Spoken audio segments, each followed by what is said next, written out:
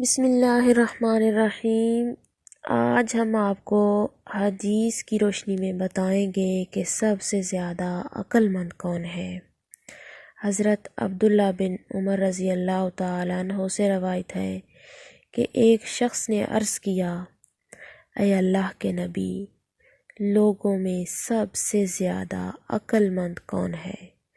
آپ صلی اللہ علیہ وآلہ وسلم نے فرمایا کہ ان میں موت کو زیادہ یاد کرنے والا اور ان میں زیادہ تیاری کرنے والا یہی عقل مند ہیں جو دنیا کی عزت اور آخرت کا اکرام لے گئے۔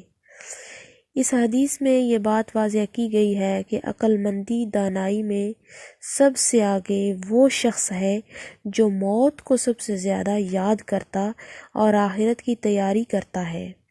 ایسے عقل مند لوگ ہی دنیا آخرت میں عزت کے مستحق ہیں۔